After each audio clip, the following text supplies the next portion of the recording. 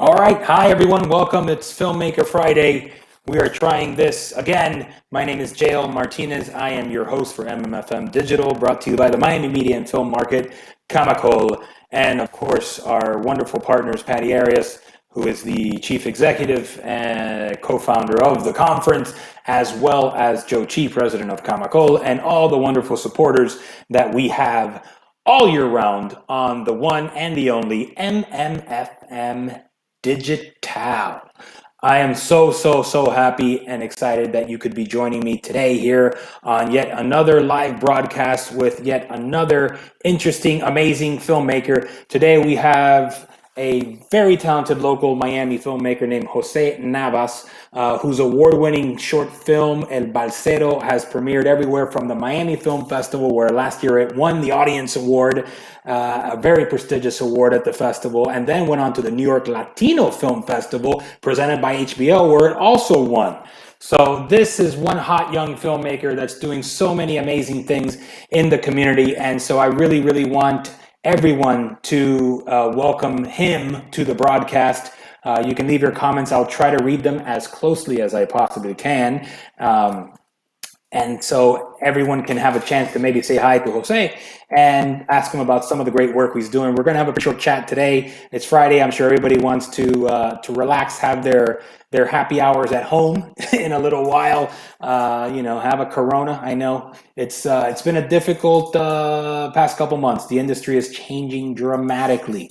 From development to production to distribution, we all have so much to learn over the course of the next several weeks and months, and really for the rest of what is our industry, our career. We have no idea.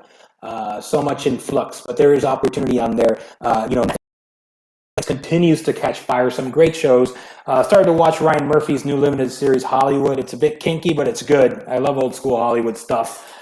So if you're into old school Hollywood and sort of the revisionist take on American history, I think you're gonna like it. It's really interesting, and obviously a brilliant creator that has a huge deal with Netflix right now, doing some awesome work. And so as we continue to push forward into this sort of brave new world of content creation, we find ourselves doing things in very unique and interesting ways. For example, what I'm doing right now, Facebook Live. Didn't think I'd be doing that. I thought I'd be preparing for the 10th anniversary of the Miami Media and Film Market right now, which was supposed to be at the Biltmore next month, and it was going to be spectacular. I had so many great speakers lined up. You've met a few of them on this digital broadcast. My good friend Natalie Ballesteros, who's now a casting director over at CBS. You also met Gloria Fan, who is a creative executive at Fox 21, which is now part of the Disney television family. You got to chat with Luis Santeiro earlier this week, who has been a longtime staple of our conference and a 20-time Emmy Award-winning writer for shows such as Sesame Street and, so much other stuff. He's written features, he's written television, he's written plays, he's written a memoir. So you can pick that up on Amazon. It's called Dancing with Dictators. And it's really cool. It's really cool. So what I think that we should do is really start to get a brief understanding while we're waiting for Jose Navas to join us, who is our special guest today. Is to talk about, how is the industry evolving? How are we trying to get through? Do you have any questions? Do you have any comments for me? I've been studying this closely as an independent producer myself. Had two projects that I worked on this year. One as producer, Marcus, which was very lucky to have its world premiere at the Miami Film Festival this year. And that was just an amazing experience. Unfortunately, 4 days later, the festival shut down. And the following weekend, we were also supposed to have the world premiere of a project that I was very lucky to also work and be a part on as part of FlickHouse Studios, Critical Thinking, which was starring John Leguizamo, very talented comedic actor, which would also mark his directorial debut. So we were all looking forward to being in Austin and being at the world premiere of that film as well. Those projects I'm sure are going to find a home. I'm very excited for the future of them, but what is that home going to look like? What is the future of content going to look like Will there be theatrical again? Will we be able to sit in a movie theater and watch a show? I don't know the answer. Streaming has not gone away. Obviously, it's been more powerful and more popular than ever before. We mentioned this before, how Netflix's meteoric rise into the entertainment industry over the course of the past decade, and now to the point that it has a bigger market value, believe it or not, than Disney, than IBM. It's one of the blue chip companies in America. You know, it's up there with the Amazons. It's up there with the Googles of the world, the Alphabet company. And so it's one of those amazing stories to think where Netflix came from. Started as a online mail delivery service for DVDs and even video cassettes that you could rent every couple days. You would get a new DVD, you return that one, you get another one, and you had your queue. I had a queue. It was a pretty long queue. I didn't get through my whole queue. And then as the internet grew exponentially, streaming became a thing, and Netflix jumped right into that. They were one of the first, but they struggled. You know, they almost went out of business, and they actually begged Blockbuster. This is legendary now in the industry, to save them, to buy them out. You know, I think they were asking for something like $50 million. You know, this is for a company now that's probably worth close to $180 billion. And essentially what's happened is that Netflix has by far become the market leader, not only in streaming, but I would say in the entire entertainment industry. And it's something that, you know, I could not have ever seen happening during my lifetime. But then again, I didn't see coronavirus happening. I didn't see an actual real life contagion happening during my lifetime. We're learning so much about ourselves, about our lives, about our careers. Most recently, a group of Hollywood celebrities banded together and said that this was actually a wake-up call and that there's no way that we can return back to what we considered normal, what I call BC, before Corona. We're living in an AC world, an after Corona world. We may need new calendars after all this is said and done. But essentially what's happening right now is that the entire entertainment ecosystem is shifting. The entire economic ecosystem is shifting. You know, folks who were used to making a solid income now find themselves with very little or nothing. Folks that were doing very well, not so much. Folks that are, you know, struggling to get by. You know, we've seen the rise in gas prices until recently, food costs. You know, it seemed like everything was getting out of whack, out of control. So, you know, was coronavirus nature's way of telling the human race, slow down because you guys are going to burn out faster than you think? Or was it something else? I don't know. You know, these are the big existential questions that we're going to have to answer, not only as an industry, but as human beings over the course of the next, forget several weeks or months. You know, it could really be for the next several decades that we answer, you know, what exactly are we gonna go back to as an industry and as human beings? I can tell you as an industry, my thoughts. You know, again, I'm an independent producer and filmmaker here in Miami. I was based in Los Angeles for a while. But I got to tell everyone, you know, again, nothing is for sure right now, but I have a gut feeling that when the industry starts to get back into production, when things start to flow again, the big productions are going to take a long, long, long time. First of all, because they're star driven. I don't know if the big stars are going to want to jump back on set anytime soon. The rare exception being Tom Cruise, who apparently signed a deal to make a movie in space. So I guess if you were going to make a movie, going to outer space may be actually the safest location in Hollywood right now. So smart move by him. Obviously, not everyone can do that. So what's left for the rest of us? I think that very small productions, if you're a micro budget, low budget, indie filmmaker, guerrilla filmmaker, I think that this could very well be your moment to shine. And I'm serious about that. I really do think that you have the opportunity right now to really leaps and bounds over the competition if you can produce quickly, small crew, limited locations, kind of just fly under the radar, run and gun it, and get your content out there.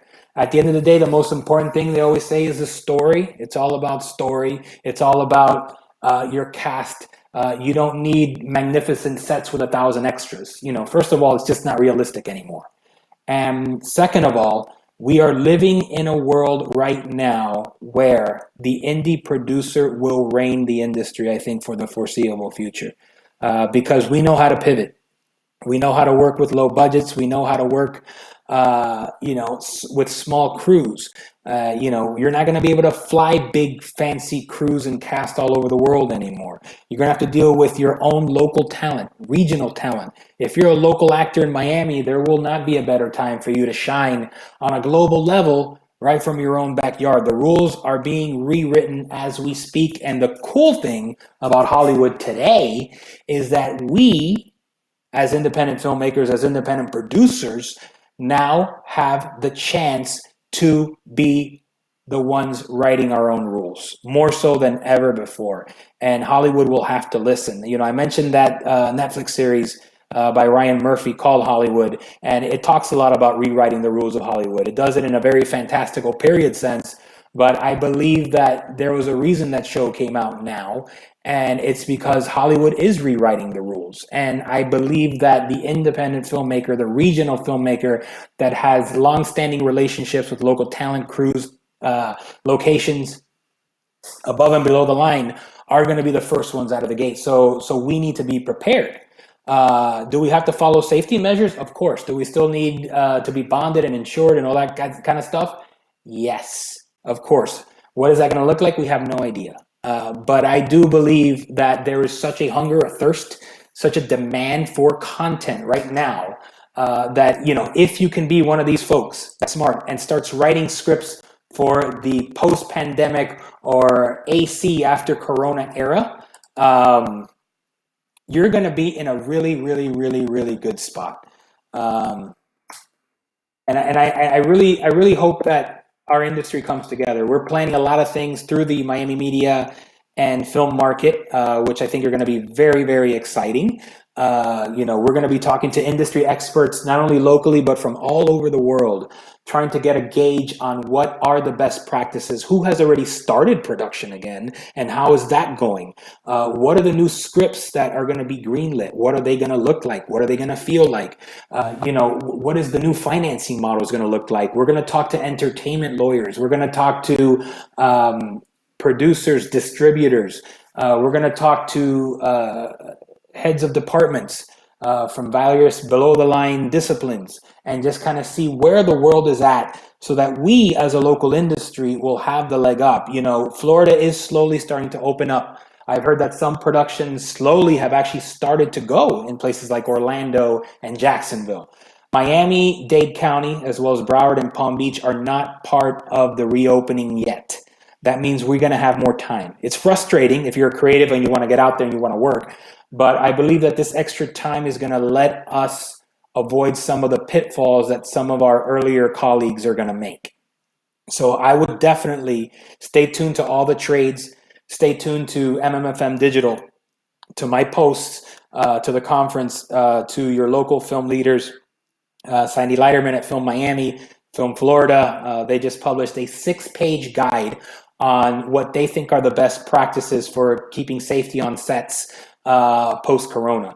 And I think, if you have a chance to email Film Florida or find that document, start to get educated now in terms of what's coming, so you can be better prepared and start to budget and write your stories accordingly. And it's going to be super, super, super important. So I really want to reemphasize that the ground is changing quicker than even the biggest players in the industry know what to do with. Because of the streaming wars, there is going to be a shortage of content. We've been talking about a lot of shortages in the world lately. Shortages of meat, shortages of oxygen, shortages of patience. But there's definitely going to be a shortage of content soon.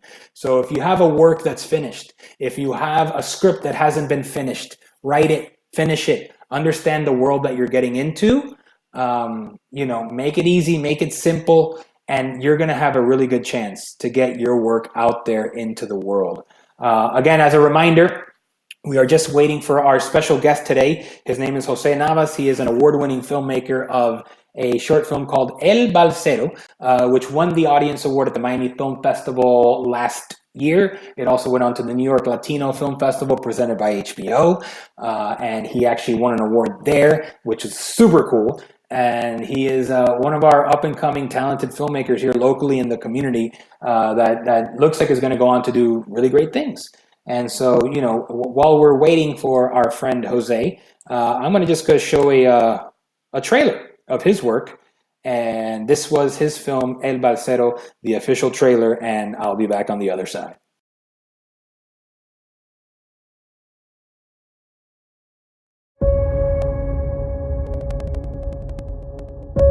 Desde que Fidel tomó el poder, lo único que ha hecho es destruir el país, quitarnos la libertad.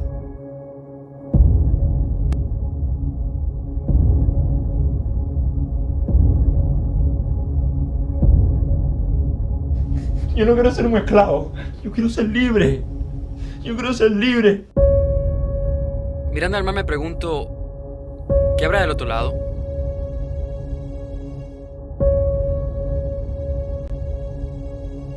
Tiene que haber algo mucho mejor.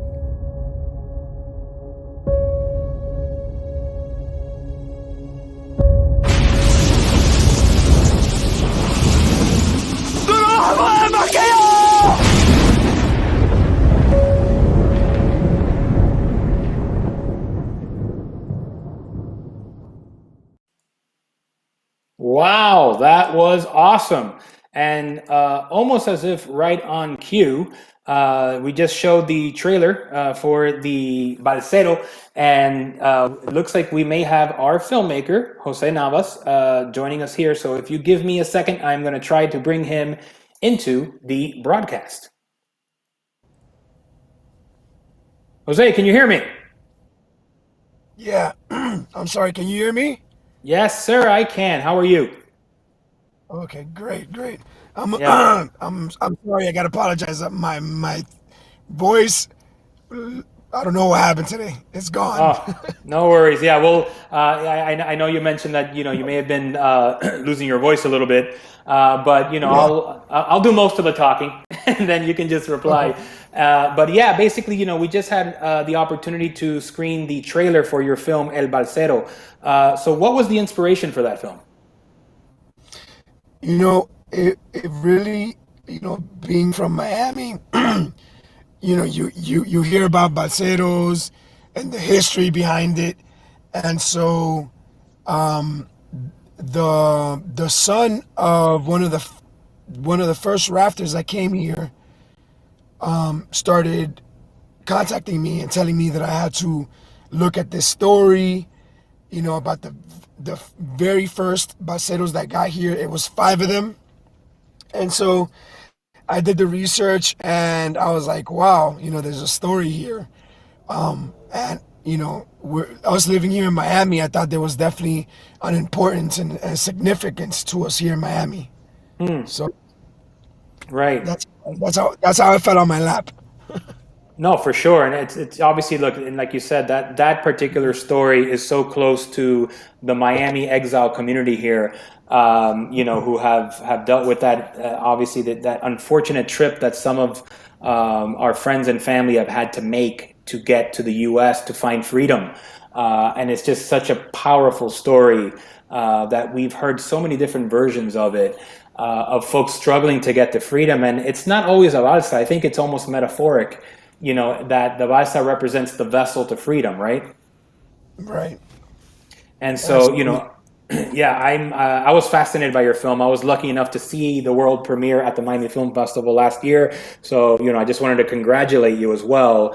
Thank you. Yeah, Thank it you was so much. such a great night. It was very electric. Everyone really responded so positively, to your work. And so I was definitely, part of that crowd that was really rooting for this film, and I'm glad that it came out the way it did.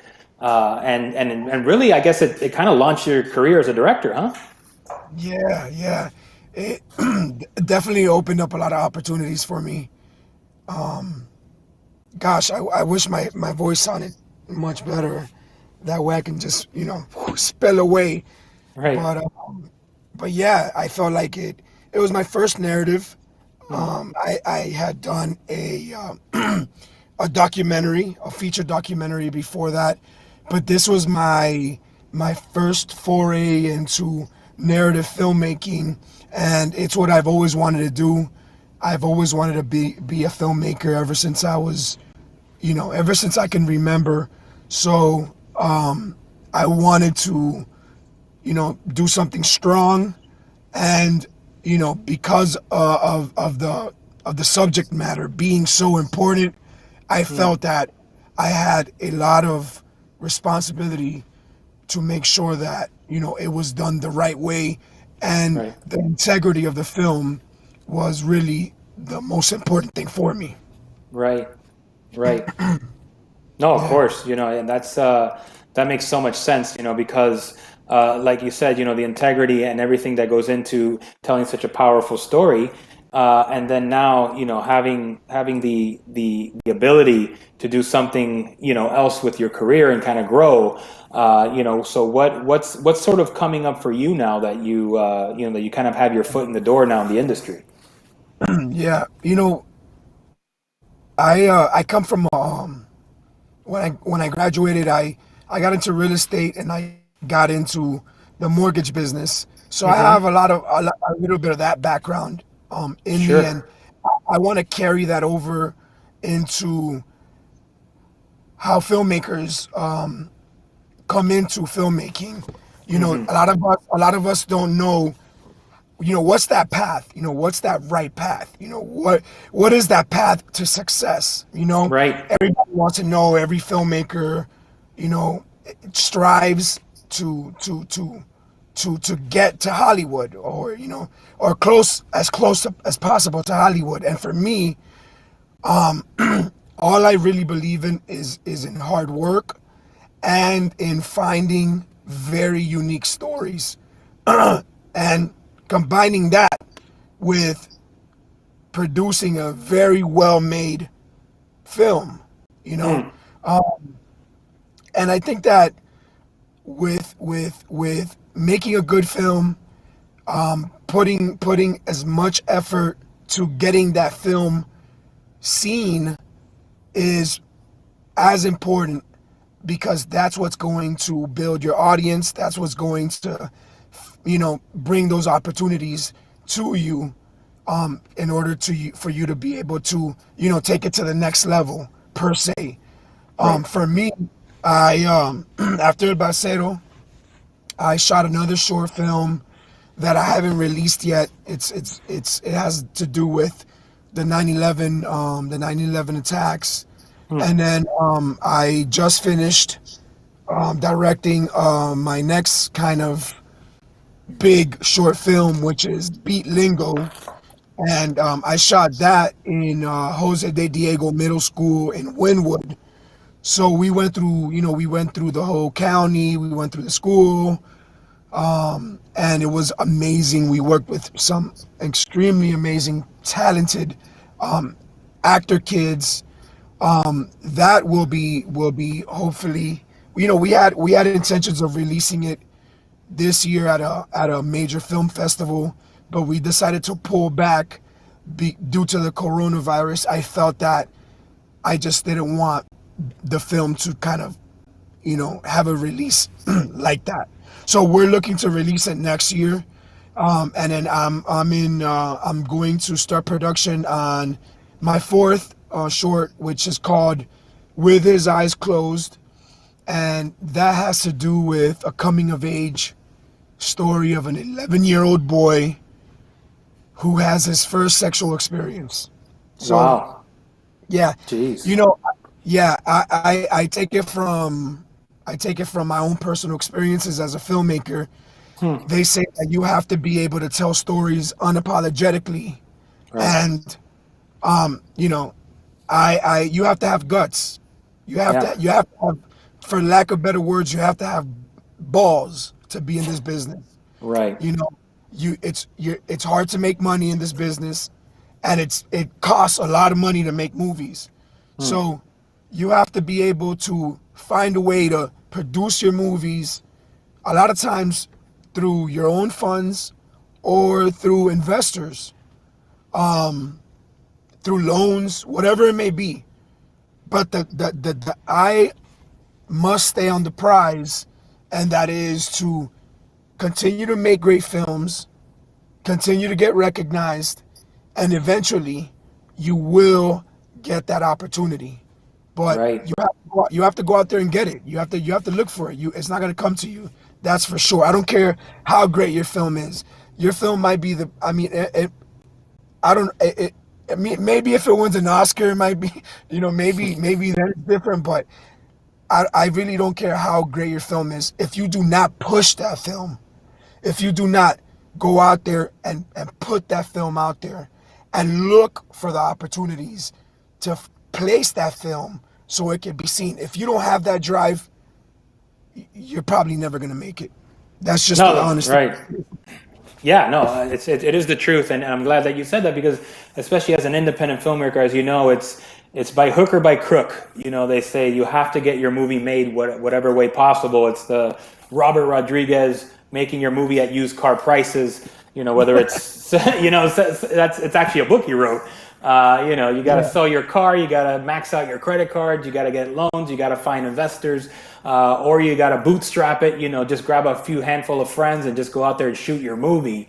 And like you said, just the goal of continuing to be recognized. And as your film continues to grow, as your work continues to evolve, the hope is that, the stories will get bigger, the budgets will get bigger, but that the stories will still resonate with you as a filmmaker, right? Absolutely. Absolutely. Story is story. I believe that emotion is everything in filmmaking. And you don't need $1 million. You don't need $10 million to invoke emotion. You could evoke emotion with, an Android, with an iPhone. Sure. So that's ultimately, I think like I said, integrity is story. Yeah. If that story resonates, let me tell you, you're winning. You are winning, and if you can do that 2, 3, 4, 5 times, man, that's where you want to be at. And if you do that, you're gonna make it. It's a matter of time, and that's my mentality. It's Right. like, okay, I did my first short film. It was great. We won a lot of awards. It's going to be on PBS now. By the way, we're very happy about that. And so I'm like, okay, we got one. Well, now we got to do 2, and then we have, we make that success, and then you got to make the next one a success. If you continually work at your craft and you work at it like you're an amateur, like you're a novice, like you just stepped into the game, and you're soaking everything in. If you can work like that, man, it's gonna happen. You have your first success, you have your second, and then it's inevitable. It's inevitable. So absolutely. Right. Yeah, no, definitely, and that's very well said once again, and I do believe that if the biggest, I think, pitfall that folks that try to get into this industry find is that they give up too soon, and they don't realize how hard it is and how much effort has to go in just for the little successes, let alone the big ones. But yeah, I think it's a discipline even more so than a talent, to stick with something until you see it through to the end. And obviously, there's one. Before I let you go, there's one other subject I wanted to touch on. Which has to do with our current events. I was speaking a little bit about this before we brought you on, but as you know, because of coronavirus, the world has been changing in terms of our industry dramatically. I mean, the world is changing in general. But sort of, what do you see the future? Do you think that theatrical distribution will come back? Do you think that folks are just going to have to see films in a streaming format from now on? Sort of, what do you predict for the future of the industry in this sort of post-corona world? The only thing that Corona is bringing into the future is meeting and having meetings like this over Zoom. No more face to face. Absolutely, I think theater will come back. That will never change. People are always going to love to go into a movie theater and watch that film that they've been waiting for on a big screen. Hmm. Um, you know, so I think that that won't change. Obviously, we're forced with the virus, and distributors and big production companies are forced to have to look at the path, at the options that we have now, which are going straight to streaming, straight to video on demand. That's great too. I think that that's great. I think when it fits that, awesome. Listen, at the end of the day, we love movies. We want to tell movies. This is a business. We need to make money. Whatever makes money, that's it. Hmm. We'll go in that direction. But movie theaters will never die. That Right. will never happen. That will never absolutely happen. And I will say this: I see the future in short form. Like, for example, Quibi. Quibi to me is the future. Everybody is time is money. Time is money. People want to move fast. People want to see short films. People want to see 10-minute episodes. I think that that's the future. I think Right. that this whole thing of watching 3-hour movies is killer. It's like The Irishman. You watch The Irishman, but you watched it you had to see it in 2-3 different pieces. Totally kills the the it kills the experience. Right. No. Right. Right. But as far as the future, I think that definitely short forms, shorter episodes. You're gonna see a lot of these episodic shows that I think will move into doing a smaller time frames. That's what I think the future holds for Yeah. filmmaking.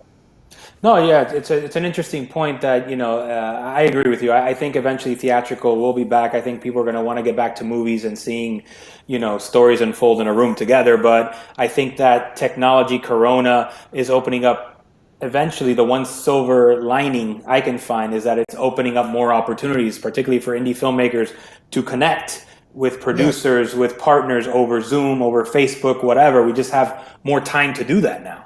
Yeah. And so we may come out as a stronger industry than before, and that could be a really good thing for everybody. I agree with you on that. I think we will definitely come out stronger at the end of this.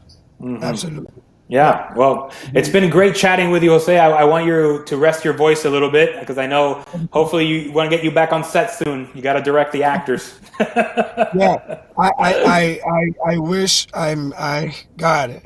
I apologize to everyone for sounding like this. And I apologize for coming in a little late. I had some connection issues, but I'm so happy Right. I was able to come in and connect and talk with you. And thank you so much for having me on your show. It's a great honor. I look forward to seeing you around and hopefully working with you sometime in the future. Yeah, man, I'd love to. And again, I love your work. I've only seen obviously Balsero, but I really love what you did with that. And yeah, I definitely want to look for opportunities. So let's stay in touch. Absolutely, Jose. Thank you so much. I want to say I want to thank everybody for watching and stay safe out there. Awesome. Thanks, Jose. So I'm just going to put you on standby for a second and just sign off. But this has been great. Thank you again. Thank you. All right, ladies and gentlemen, that was Jose Navas, award-winning filmmaker based right here in our community of Miami. If you hadn't had a chance to check out El Balsero, I advise you to connect with Jose to see how you can see it, see if it's going to be up on any digital platform soon. He mentioned PBS, but it is really a powerful story about the Cuban immigrant experience, and so I'm really hoping that everyone gets a chance to check it out. So yeah, that's going to do it for this Friday's special Filmmaker Friday edition of MMFM Digital. I am your host, JL Martinez, and until next time.